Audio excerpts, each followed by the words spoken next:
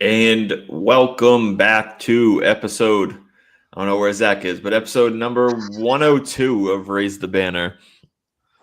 We got a loaded Patriots episode today. Plenty to talk about. There's Zach. I don't know what he's doing, but Is it working now? Hello, guys. There he is. Hello. Sorry, I was in the other room. I didn't realize that my No, it's Wi-Fi all right. was turned on this time. We're like, it's Matt, me, and Zach's kitchen. And I'll be there in a minute. Well, hello. Welcome back. Welcome back to the Raise the Banner. All right, yeah, we got plenty to talk about today. The New England Patriots are in the AFC title game for the first time since 2018. Is that correct? Yeah, 2018 season. I believe yesterday was the 7-year anniversary of the game itself. Was yesterday, Okay. 7 years ago.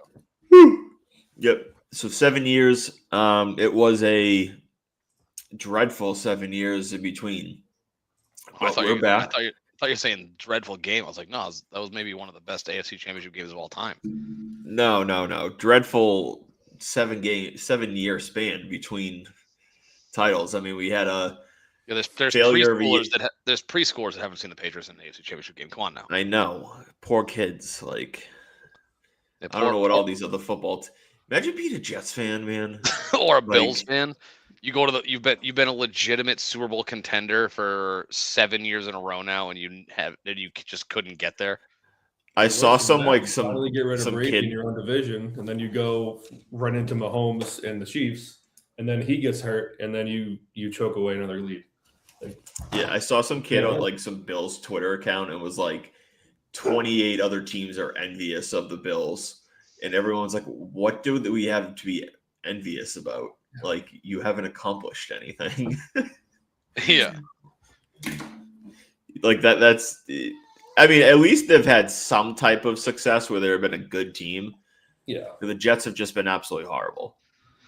Yeah. They get there. There was that video on Twitter going around of like this 20-year-old Jets fan walking into the stadium, and he's like, "What do you guys have to be proud of?" And he's like, "Nothing. I was born into this." Yeah, I mean, that's my buddy's a Giants fan. His dad grew up a Giants fan. And he kind of grew up into that life. So he had a couple of the Super Bowls, but the last decade has been pure misery. Yeah, for him. So, all right, let's jump into it. Yeah, poor Red. Plenty of Patriots here. They obviously, took care of the Chargers in round one. This past weekend, they went up against the Houston Texans in a game that I think that most people felt like it would be a really close game, and it wasn't a blowout by any means, but they took care of business. They were relentless defensively. Offensively, they had some mistakes, but they made some big plays at the same time. So I'll start with you, Zach, since you've been off for a little bit. What were your thoughts on this past weekend's game? Yeah, I mean, like you said, I was a little nervous going into it just because of the defense of Houston. You never really knew what version of CJ Stroud you were going to get. I mean, and it turned out that the defense is as legit as everybody thought they were, and they are. Will Anderson really just rolled right over Will Campbell. Morgan Moses, for the most part, I think did pretty good against Danielle Hunter. But I think we could finally put to bed the fact that CJ Stroud was the savior of Ohio State quarterbacks. Every single one of them officially now has been horrific for the last 20 years. But I think it was good, independent of the times that May put the ball on the ground. I think the defense was swarming. We got after the quarterback a ton. I feel like every single time that CJ Stroud dropped back, he was under pressure. He was the true embodiment of Sam Darnold's old quote of seeing ghosts. The offense showed up when they had to. Obviously, Keyshawn Bootie's big play was huge at the end there to kind of seal it for them. But getting Milton Williams back, getting Robert Spillane back as well was huge. And then obviously kind of like the team is now full and healthy. So hopefully we get Matt Collins back this year for the offense, or I'm sorry, this week for the offense. But overall, kind of went exactly as I thought it was going to. Defense for Houston, like I said, really showed out. Their offense was bad as you know, as bad as you can possibly be. And then obviously, like I said, offense, you know, showed up when they had to for the Patriots. So, yeah, we're back where we belong, back in the AFC Championship. So, all right, Ben, how about you? Yeah, I mean, looking ahead, I think for a third straight week, you know, we have to ask how will the Patriots offensive line hold up against a good pass rush. It's different this week than it was the last two games. The Texans and Chargers predominantly got after you with their front four. And that's not really the case with Denver. It's not just the defensive ends. It's also Nick Bonitto and Jonathan Cooper, their other linebacker. And you know their top four guys, Bonitto, Cooper, Franklin Myers, and Zach Allen. The four of those guys combined for 36.5 of their 68 sacks this year. For you know, mathematicians out there, it's a little more than 50% come from those four guys. So again, kind of the same story with the offensive line. You got to figure out how to you know, keep May clean, keep him off the ground. I think that the scheme will have to be a little bit different, right? Because now you have to account for four guys, and two of them come from a different layer of the defense. But there's the same story there. You know, on the other side of the ball, I still haven't quite figured out the answer to the question of what's the defensive game plan. The Broncos offensive line gave up 6 sacks this season. And yes, that's a real number. About 1 sack every 3 games ish. So, you know, be curious to see what they decide to do, how they decide to attack the defensive line, the offensive line. You know, I know that they've been pretty creative these last 2 weeks, but you know, the creativity can certainly be compounded by the fact that they were going up against 2 of the worst offensive lines in football. So I'll be curious to see what the game plan is. You know, obviously May needs to take care of the ball. We're going to need Stevenson and Henderson and Westover to play a big role in the pass blocking scheme to keep May clean. You know, that's kind of the thing for me is, you know, the offense needs to be way better at keeping Drake May upright, and he needs to be way better about holding on to the football. It's 10 sacks and 6 fumbles in 2 games. So, you know, again, you know, 5 sacks and 3 fumbles a game is not sustainable. You know, they've been lucky. They've been able to get on 3 of those 6 fumbles. They lost 2 of them last week. One of them, I understand, was a little bit kind of like a freak play. You know, Drake May's diving for a first down and they just punched the ball out. Whereas the other one was a legit strip sack off the outside. So, you know, there's a little bit of, you know, question over what the defense is going to do for the Pats. You know, I trust them to come up with an idea. I just, you know, based on how Denver plays on, I'm not exactly sure what the hope and the plan is. You know, they've got a couple injuries at wide receiver between Troy Franklin and Pat Bryant. I know that they both practiced on a limited basis yesterday. I don't know what the status was today. But those are kind of my keys going into Sunday, and you know, hopefully they can execute. Yeah, I mean, this past weekend, Zach, you were kind of like right on it. I mean, it's never going to go exactly how you kind of imagined, but you know, because there was more turnovers than I guess anyone would really have predicted. But you know, I was really happy to see the defense show out for a second straight week against a little bit of a stronger O-line. And it wasn't just, you know, they're playing the Chargers O-line, which we know were riddled with injuries. Yeah. They completely bombarded and overwhelmed CJ Stroud from start to finish. They had 66 pressures in 2 games. That's just a ridiculous number. Yeah. And so going into, you know, the game against Denver, you mentioned the 6 sacks, Ben. yes, it's tough. Those things are like tough to kind of like really gauge of whose fault is who. But it is worth though that Stidham himself has been sacked 13 times in the 4 games that he did start.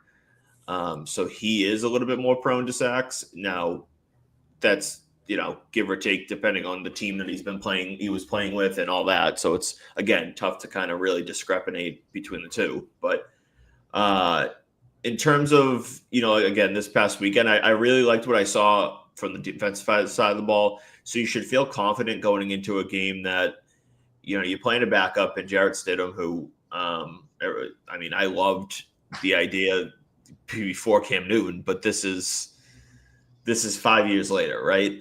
And I was listening to Bertrand this morning, and he kind of made a good point. It was like everyone's kind of trying to hype up Stidham because it's the championship game, and you're wanting to like make it seem like it's like still very competitive and 50-50 type of thing.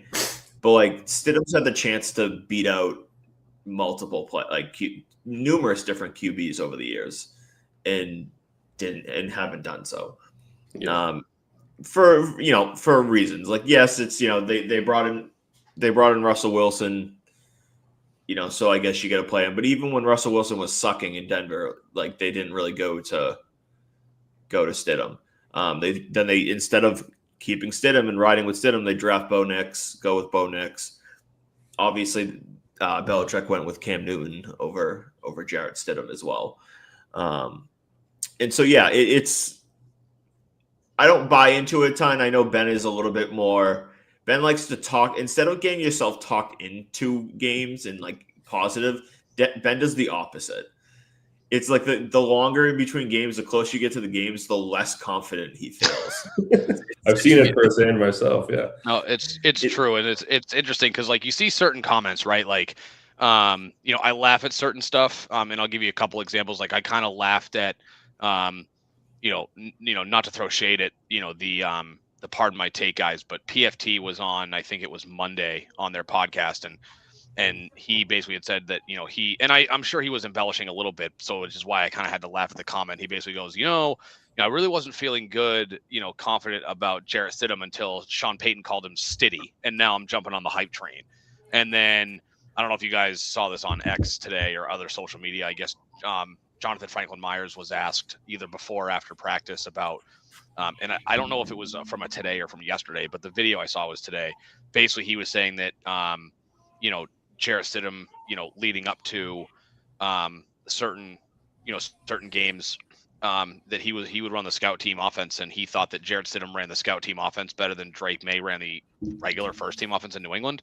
And I just have a feeling that it's, that I kind of laugh at because it's like, obviously no player, no coach, no owner, GM, fill in the blank. Like none of the guys that are in that locker room and in the facilities on a day in, day out basis are going to say, yeah, well, we're fucked because we don't have Bo Nix and it's Jarrett Stidham, right? They're not going to do that because then you're going to erode away any confidence that the kid has, regardless of how much or how little he's got going for him. But you laugh at some of those comments, but then like, you actually listen, like I was listening to Burt Breer on Zolak and Bertrand today around noontime. And, he had some pretty solid things to say about Stidham. I mean, obviously he was here for 3 years and McDaniels was his coach. And I understand the system was different, but, McDaniels had some decent things to say about him. And again, I don't think, McDaniels isn't going to go to the podium and go, yeah, well, Jarrett Stidham can't do this and he can't do that, and we're just going to tee off on him. Like, obviously he's going to talk and say, hey, like, these are the things we need to prepare against. But, the guys that I think have, a legitimate voice that carries some weight, the Burt Breers of the universe, so to speak, do have some really nice things to say about Jarrett Stidham, good arm, athletic, smart, all those things. And so it's, you listen to those things. And for me, it's like, I'm trying to rack my brain around the idea of, where have we seen teams that were in a less than ideal quarterback situation, but had a really good supporting cast around the quarterback and a really, really good defense. And, obviously there's some big examples, the Niners every year. But yeah, well, I was more thinking like, and I realize I'm going to pull from a wide variety of different areas, but like you think about like the 2000 Ravens, who won a Super Bowl with Trent Dilfer because they had a decent running back, a good offensive line, a game manager quarterback, and just a ball out defense. Grant, I understand that was 25 years ago, but side note, Jesse Minter is getting hired as the head coach in Baltimore. Yeah, okay. I confused Matt because I was like, oh, is it Jesse or Rick? And he's like, who the hell is Rick Minter? And it turns out that he's like a defensive analyst for the Chargers as well, which I don't think Matt knew about. And he was like, who the hell is Rick Minter? But anyway, so, then it's like, then you look at like the Broncos of 10 years ago, game manager quarterback with Peyton Manning at the end of his career. He was nothing more than a game manager, great offensive line, great defense. And the Patriots couldn't get over the top. And so it's like, I look at these situations that Denver's in now, and it's like I can't think of too many examples where you have same team. The things you love have a way of finding their way. I don't know if that's me or what is this? Who's playing sound? Especially on eBay. I don't know what that was. I was like, I thought Matt was like playing sound over me to like no. But anyway, So anyway, I just look at the situations that Denver finds themselves in, and there's, at least in big game situations, like the Giants of 2007, good offensive line, game manager, quarterback who happened to go on a run. Now, granted, obviously Stidham hasn't. It's not like he's on a playoff run, but like great defense, good offensive line. Like it doesn't really tend to go well for, whether it's the Patriots or the team that, is on the other side of that equation, which is why I go back and forth. And my superstition is I can't get overly confident because I walked into that 2007 Super Bowl and I was like, there is no way we're losing this game. Like, we're going undefeated. This is like the greatest team of all time. And obviously we all know what happened. But, that's why I kind of go back and forth. And sometimes I talk myself into situations where it's like, I'm not confident in this spot. And, maybe that's just because I'm the old guy of the group and, I overthink things. And, I know I overthink a lot of wide variety of things in my life, but it's hard to look at it and go, like, Jarrett Stidham's not going to be as bad as CJ Stroud, in my opinion. He's not going to be as bad as Justin Herbert. And I think that's due in large part to the fact that the Broncos have a very, very good or great offensive line. Pro Football Focus graded them the best offensive line in the league. I don't know where they rank as a run blocking team.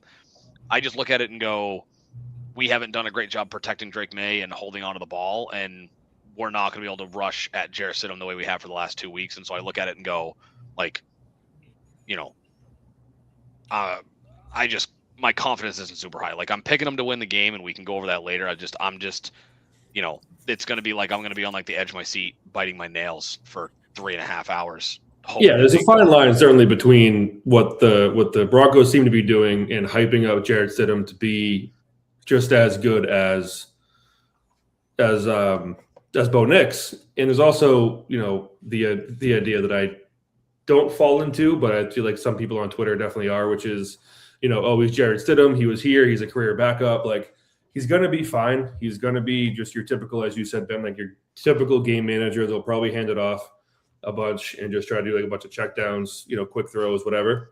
Milton Williams made a comment today, or I'm pretty sure it was today, about Broncos didn't choose Jared over Bo Nix. Like, that's kind of, in my opinion, giving the bulletin board material. Don't love it. I mean, he's 100% right. They absolutely chose Bo Nix, for a better reason. Yeah, I mean, I don't even know if that's bulletin board. That's just kind of like the truth. Kind of a fact. Yeah, they had Jarrett Stidham, and they're like, if you really believed in Jarrett Stidham as like the next guy, you would not have spent the number 10 overall pick on a quarterback. No, he's a career backup for a reason. He's been around forever, but that's what he is. He's a backup, and I've forgotten about the Josh McDaniels, kind of connection, if you will. So maybe there's something there. I know, obviously, as you said, Ben, it's a different system, different offense, different scenario. But he still knows his tendencies. He still knows that, I think, Matt, you made the point of him having 13 sacks over this 6 games or 4 games or whatever it was. So does he hang on to the ball too much? Probably. Are they going to have, J.K. Dobbins? It doesn't look like it from what I've seen. Even if he plays, I highly doubt that he's a. Yeah, they're going to give it to RJ Harvey a lot more. He's not going to be a major factor, even if he plays. No. And I mean, again, even if he plays, like, I talk about how I tend to be cautious about these things, but I look at the matchup of our D line against their running backs. Granted, again, it's a very good offensive line, but at the same time, like, we've faced other really good offensive lines with better running back situations. So it's like, I'm confident about our D line matchup. Our run defense is our strength, 100%. That's our getting after the quarterback. That's a problem, especially as you pair it up with a line that has only given up 6 sacks all year. That's what concerns me the most, because then you're giving the quarter. I mean, it's Jared Stidham, so waiting back there with prime Tom Brady, but you're still giving the quarterback a lot more time to go through his reads and find somebody open versus last week and the week before. So I think they'll be a lot more selective in their approach this week than they were the last couple of weeks. Yeah. It's not, granted, you're not going into this being really overly scared that Stidham's going to beat you, so you can have that mindset of be aggressive. But with the strength of the O-line, I think what you'll see is kind of a little bit closer to what they've been later in the season than what they've really kind of been the last 2 weeks. Last 2 weeks, they've been ultra aggressive, going after the quarterback, blitzing, throwing all different looks. I think you'll kind of see them play a little bit more conservatively to say, hey, we don't believe that you can beat us and pick us apart. And on top of that, it's, if we can be selective in blitz at the right time and get pressure at the right moments, when it's that 3rd and 7, 3rd and 6, 3rd and 8 type of thing, or again, you obviously don't have to push it to any certain down, but not just be front top to bottom as aggressive as they were the last few weeks. Really be more selective in their approach to Stidham, because, like I said, as much as Stroud struggled tremendously and Herbert struggled tremendously, you're going into this game with the less belief that the quarterback's going to beat you. Now, is that necessarily the right approach? No, but combine the fact that he's the backup and the fact that the Denver offense is very sheltered. It's a very sheltered offense for a quarterback. They asked Bo Nix to do very little offensively. Mm-hmm. It's really an offense that, and it's part of why people have been saying, Stidham can step in and it might not be a big drop, because it's like a very QB friendly offense that they don't ask you a ton to do.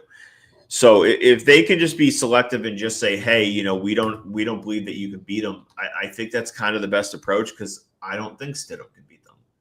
I don't think that Stidham's going to come in and drop 285 yards and 3 touchdowns and outscore Drake May.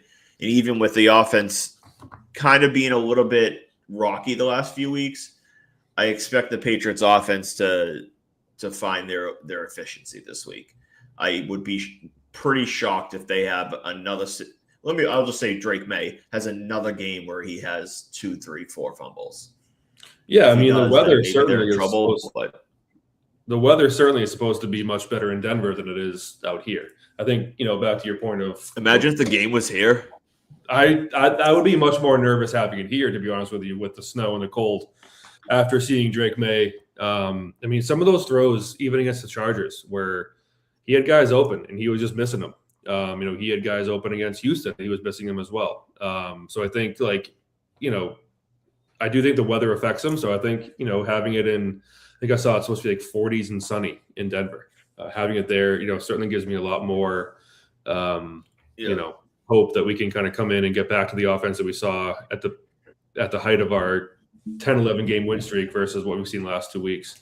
And certainly on defense, I'm trying to remember, did we do all the stunts and get after the quarterback and after CJ Stroud, especially like off the bat, or did we kind of start doing that at the end of the first half and the second half, once we realized we can kind of get to the guy and really disrupt his timing? They were pretty aggressive from start to finish. They even threw some stunts. They really even threw some unique stunts on run plays. Yeah. You know how when like Milton Williams or Barmore, the guy on the inside, kind of comes straight forward in the end, the edge kind of comes up, hooks inside. They were doing that on a few different run plays, I noticed, and that was definitely something new that's a little bit different that you don't really necessarily see. It kind of almost seems like they, especially later in the year, weren't showing a ton defensively and to their opponents. And then when the playoffs come and they kind of turn their game onto a different level in terms of concepts and approach and aggressiveness. And so we'll see. It's a completely different animal this week, right, compared to prior weeks. Denver's O-line is a completely different animal than what you played in the past. So will their approach be a little bit different? I would think so, but I wouldn't expect a ton. Offensively, what I really want to see them do is continue to move the run game. Right, we know the run game kind of found their legs last week, and then really from what I've seen and I think of who was it today? Actually, good old Danny Orlovsky, I think it was who posted about it. Mentioned that Denver struggles facing bunch formations. Get the receivers in a bunch formation. They usually blow at least a coverage every game on those type of plays. So that tells me that communication isn't the greatest defensively. If they can if McDaniels can bring some good motion into the offense in some unique concepts in terms of making the defense communicate well, that's going to give them the opportunity to open up a few big plays. And then, I mean, really it comes down to, Ben, I know you mentioned you thought Surtain was going to be on Diggs. I don't know. Do they put him on Diggs or do you put him on Booty? I mean, Diggs is more a slot guy at this point. Yeah, but I think that you look at Surtain. I mean, you're talking about one of the top 2 corners in the NFL, if he's not the best corner in the NFL. And I look at a guy like Pat Surtain and think that, I mean, I'm not going to sit here and pretend like I watch a ton of Broncos football because I don't. I'll watch them once a year when the Patriots play them, and that's about it. And for something like this, right, like trying to figure out what they do. He strikes me as a guy like a Christian Gonzalez or a Derek Stingley, or, I mean, I don't know, take any other like elite corner in the NFL and you put him on the other guy's number 1, and it's essentially, kind of like what the Jets did with Revis for all those years. Basically, it's like, okay, like you're going to take this guy and then, we'll have defensive schemes elsewhere, but like this guy is your responsibility no matter what.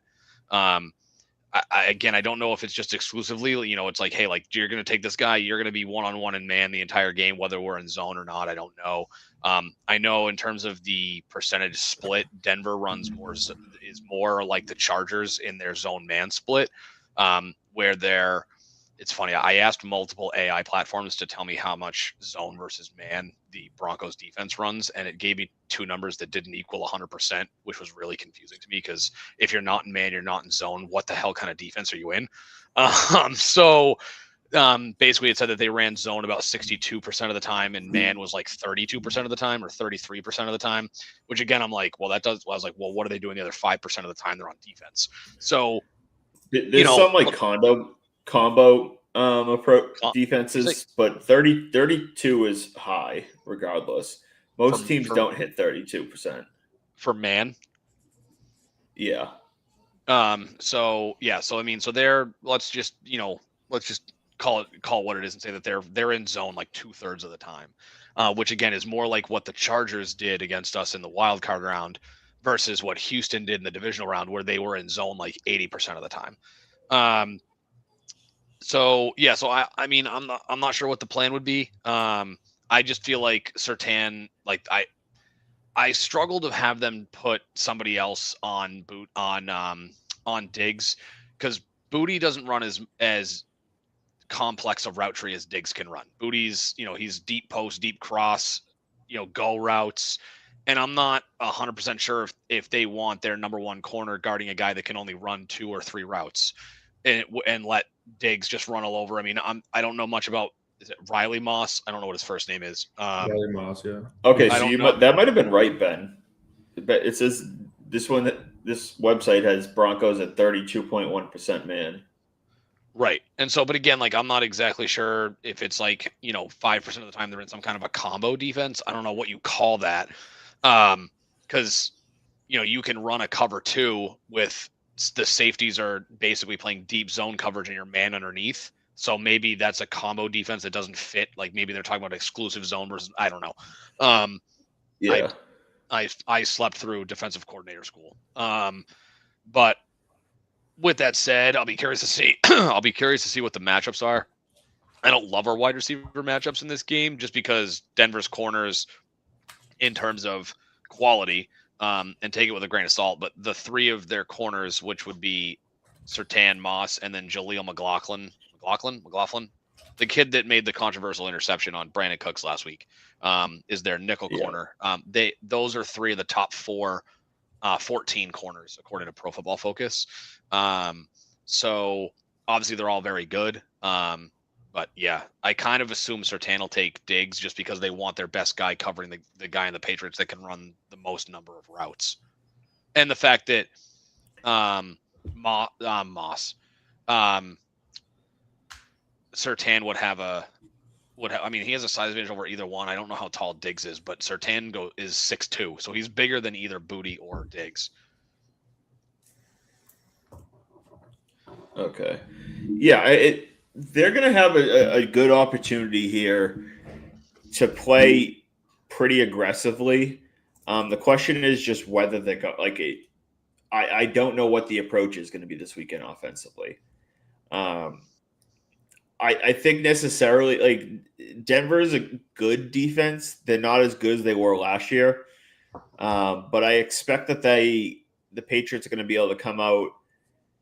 And if you believe in Drake May, they should be able to go put up, I think, 23 to 27 points.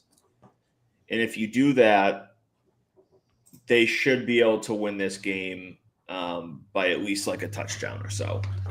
That's kind of just like where I'm at. It's like even if they have a turnover or 2, like I believe in this offense enough to put up 20 plus, 23 plus points.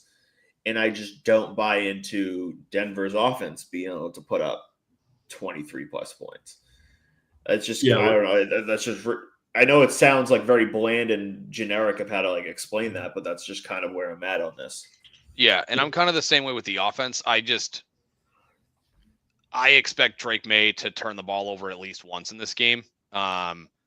Just because I lack significant confidence in the offensive line to protect Drake May at this point. The last 2 games with pass rushes that you could argue are not as good as what they're going to face this weekend got to him 10 times and forced 6 fumbles on him. I lack the confidence to think that they're just going to miraculously turn things around as far as a protection standpoint and keep the ball in his hands so that he can throw downfield and pick his spots and move the ball. That to me might be the difference in the game. If the Patriots can keep Drake May from fumbling, I think that you're correct. I think the Patriots can put up, 24, 27 points. And, I think their defense is good enough to keep Denver at bay. I'm very cautious and weary of the offensive line's ability to protect Drake May. Zach, go ahead. Yeah, you're going to say something. No, I was going to say, I agree with all that. I think, while I'm definitely nervous about the offensive line against that defensive line and linebacking core, the only thing that kind of gives me, a little bit of hope, even though, I still think that they are going to win, is just going through the list of quarterbacks and offenses that Denver has played this year. And it's not great for all the flack that everyone gives the Patriots, for their schedule. Just the list of quarterbacks. Some of those are from injury. Some of them are just because of their schedule. But Cam Ward, Daniel Jones, Justin Herbert, Jake Browning, because obviously Joe Burrow was hurt, Fields, Jackson Dart, Davis Mills, and then the last, going back to week 13, has just been abysmal. Marcus Mariota, Geno Smith, and then Kenny Pickett, Jordan Love, Trevor Lawrence. I don't know how to pronounce his last name, but the 3rd string quarterback for the Chiefs, and then Trey Lance. So, the offense and Drake May is by far the best that they will have faced of those. Obviously, they played Buffalo last week, which is better than any one of them as well. But for all the flack that everybody's giving the Patriots for, they haven't faced anybody, they haven't played any good teams. You've seen us just kind of put that to bed. Watching that and reading that kind of gives me a lot more hope, especially as our defense has shown up that we are much better than everybody gave us credit for, and now we're facing the backup quarterback here too. I mean, I definitely do think, as I said before, that the D line is. You even looked at last week, and it was they forced 5 turnovers from Denver, Buffalo, and they still got up 30 points. Yeah. So it's like they're getting they got the turnovers versus Buffalo, which at this rate it's really tough to kind of say, oh well, Drake May won't have 5 turnovers because he's had too many turnovers recently. But even with the too many turnovers, you have to sit there and say, well, they're not going to have 5 turnovers again this week. So it's like, even if Denver forces a couple turnovers, whether it's fumbles from May or interceptions from May or fumbles, elsewhere, like I still believe in the offense enough where they're going to have their big plays. They're going to put up the points. It's tough to look at what May did last week and say, oh, he played a good game because of those mistakes with the fumbles. But looking at his play beyond the fumbles, he actually was reading the defense well, making really good, accurate throws. I mean, those 3 touchdown passes, the crosser to Douglas, right in the button, right in the chest, perfect throw. Yeah, the ball and if it wasn't perfect, I don't know who was trailing Douglas on the route, but he jumped the route and he missed it. He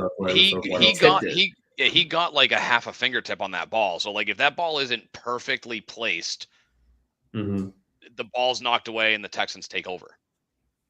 Yeah, and then even the Diggs one, like outstanding catch by Diggs to have that type of hands, but that ball had to be in one spot for him to be able to do that, and that was. Face basically eye level right in front of him in a tiny little window. Perfect pass. And then obviously we all saw the ball to Booty again, like beautiful, beautiful catch by Booty. But that ball was dropped in a bucket so that Booty was the only one that had an opportunity to catch that ball. Either Booty was going to catch it or nobody was. Nobody was. On another all-pro. Exactly. I mean, Stingley is Yeah, and ironic how that was the same play they ran when Drake May got his first touchdown, throwing to Kayshon Boutte at home against Derek Stingley. Mondre called it out. I don't know if you saw that on Twitter, but Mondre was telling everyone right as it happened. Yeah, he was like, actually, he did that last year too. Yeah. And I think that if you look back. There's some, talking heads that'll kind of poo-poo on certain things, I guess. When Greg Bedard was on 98.5 on Tuesday, they were talking about the pressure statistics. And I guess Greg does his own advanced analytics stuff for this. He had the pressure rate at 21% based on his analytics. And I think Pro Football Focus had it at 23 or 24, something like that, which is super low. It certainly didn't feel like it was only 21 to 24%. But if you looked at the overall picture and you kind of peel the layers back a little bit, there were a couple fumbles. One, you're not and Matt pointed this out to me. We were talking about this the other day. The strip sack fumble that resulted in the recovery, not the one that he dove for. That's not he's going through his progression and his read and his throw on time. And you just need Will Campbell to be better in that spot, and he just wasn't. He got beat around the outside.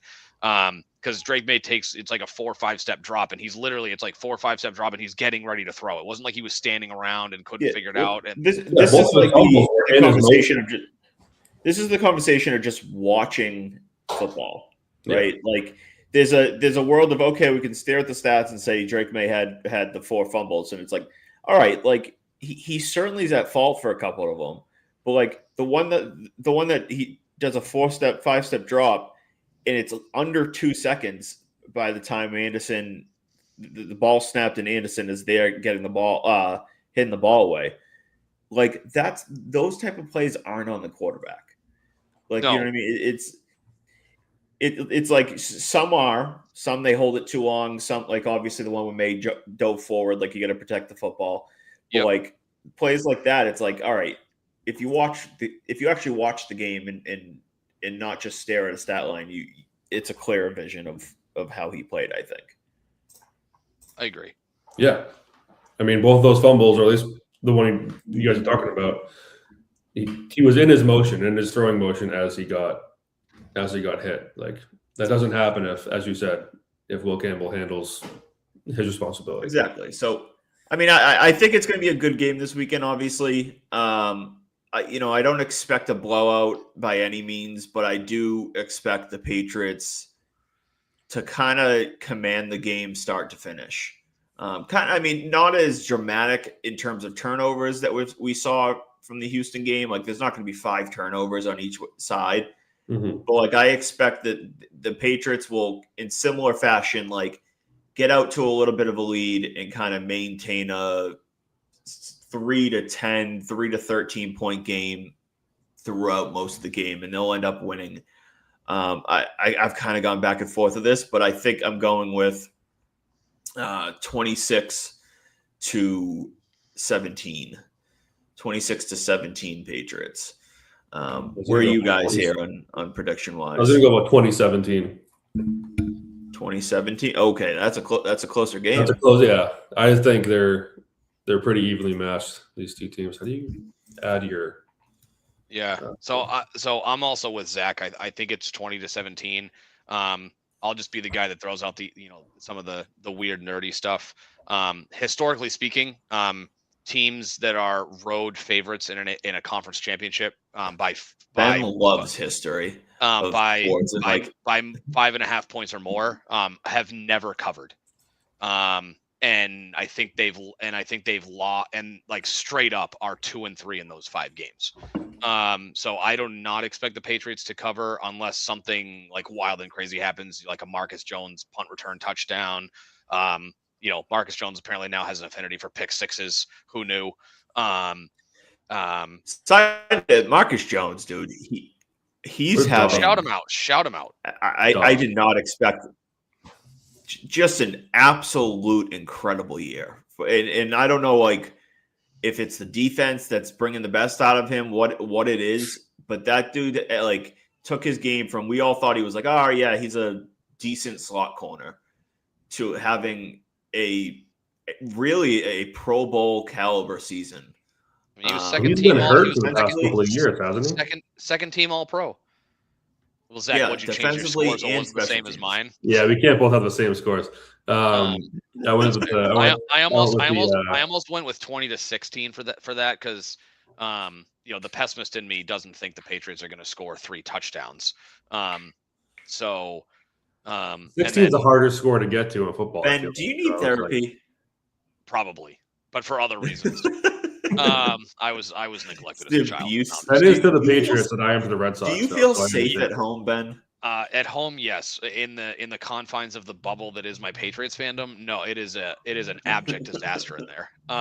For being a fan of a team that's won 7 Super Bowls in the last 25 years, or 6 Super Bowls in the last 25 years, you're certainly a negative Nancy when it comes to that stuff. For me is I try to keep an even keeled emotion, right? Like I told you, like, I mean, I'll give you like the ending of the whole story too, right? So like going into that Giants game, like when we beat the Chargers and I found out it was going to be the Giants, because I expected the Packers to win the NFC title that year, and of course Brett Favre throws like an absolutely horrendous pass in overtime that results in the Giants winning.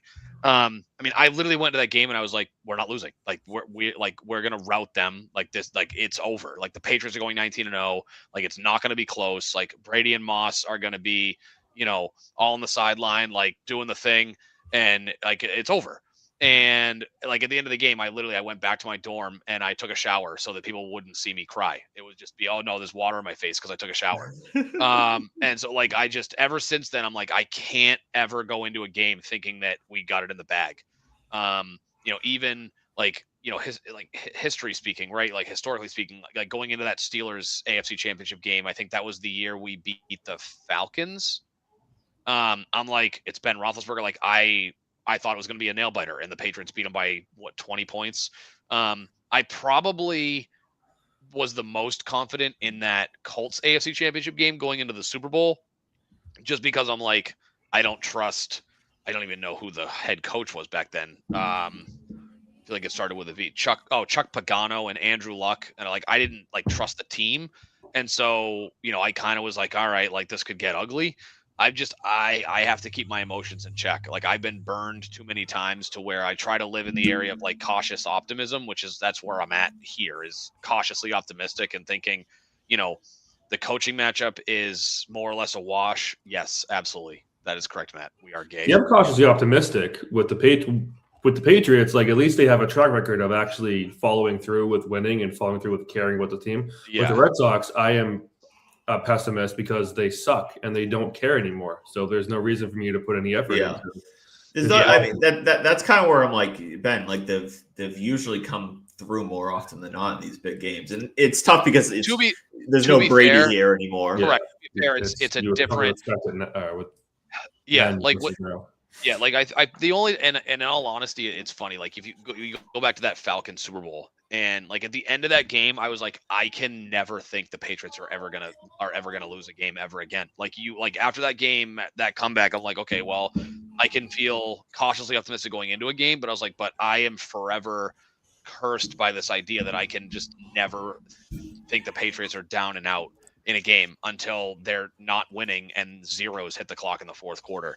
But yeah, I mean, different regime, but it does kind of feel like Mike Vrabel is just a little bit more of a player-friendly guy than Bill Belichick and Drake May in terms of just, overall, obviously, I'm not going to say he's the next Tom Brady, but you see him and, he says all the right things. He processes, he makes the throws, he makes the right decisions on the field, says the right things off the field.